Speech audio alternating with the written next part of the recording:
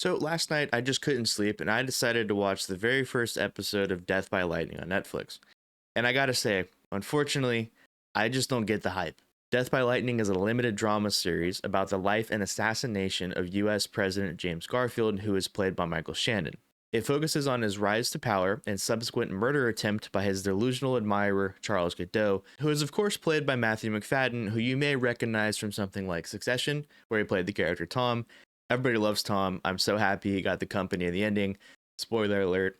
Oopsies. Bringing it back to this show, this is a bit of an interesting one. Coming off of just recently seeing the film Nuremberg, it's kind of hard to watch American history content for me and afford it the same level of grace.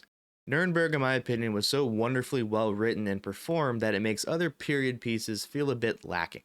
Now, Death by Lightning is by no means a bad show. There are certainly some things to like within it. For example, Michael Shannon delivers yet another masterful performance in which he plays James Garfield, and he really makes you empathize and feel with the former president of the United States. And then we have Matthew Macfadyen as Charles Godot, and while the character itself can be a bit much at times, the performance is incredibly well executed. You really get the feeling that this is just a deeply broken man that just wants a sense of belonging and just a shred of success. Despite his best efforts, he just can't break the cycle of messing up over and over and over again, and you really just start to feel bad for him, and you want him to just kind of get a little bit of a respite.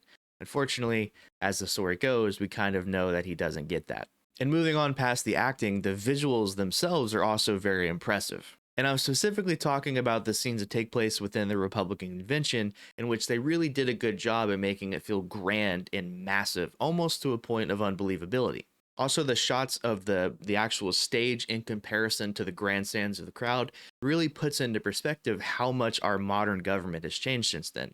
Most of our congressmen and government officials are locked behind private doors and offices, and they're quite far away from the people who they, supposedly represent.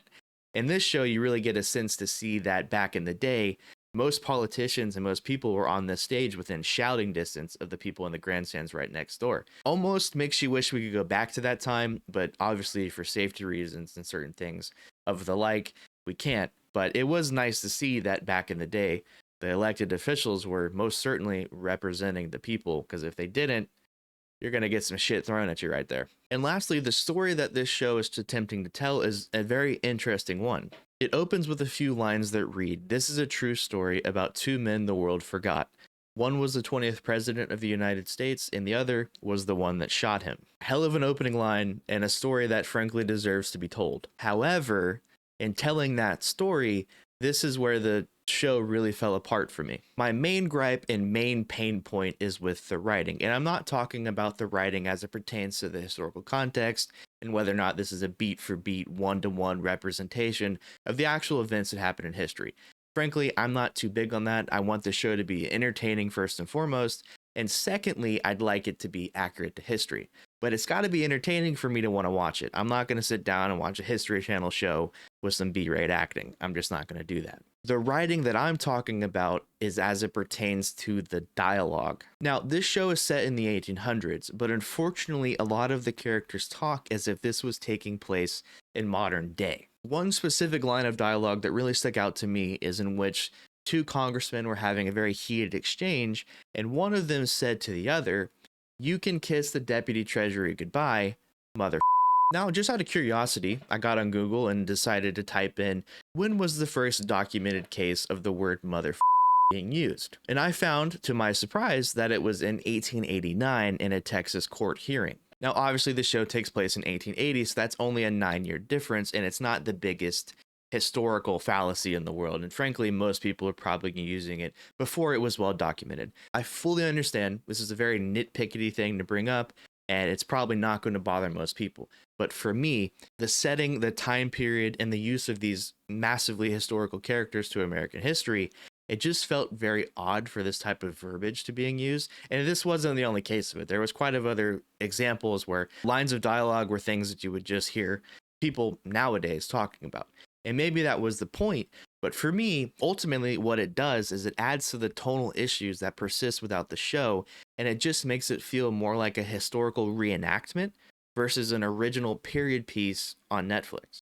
Now, all of this to say in this entire video to make this one point. If you can look past these, in my opinion, very big flaws, then this show is probably going to be very good for you. It has a hell of a cast, and getting to see this undertold story of American history is very cool. And obviously, it's competently directed and very well made because it's a high budget show on Netflix. So, as it relates to Death by Lightning, I don't really see the hype, and unfortunately for me, this is going to be a pass. That's going to do it for my Death by Lightning review. If you guys like this video, please consider dropping a like. It really helps out the channel, and it helps you guys get content that hopefully you want to see. If you guys want to see more videos like this and maybe some trailer reactions or just some movie news, make sure you hit the subscribe button. You'll be notified of all my videos. I do a lot of stuff just like this. At the time of recording this video, we are at 432 subscribers. I'm really trying to push for 500 by the end of the year, and with your guys' help, I really do think we can get there. And lastly, if you guys have any thoughts or comments about this show, have you seen it? Do you want to see it? What do you think about it? Please let me know in the comments down below. I love reading your guys' comments. One of the best things that I get to do by doing this on YouTube. And as always, guys, thank you so much for watching. You make all of this possible, and you make this much more enjoyable if I was just talking to a camera in a void.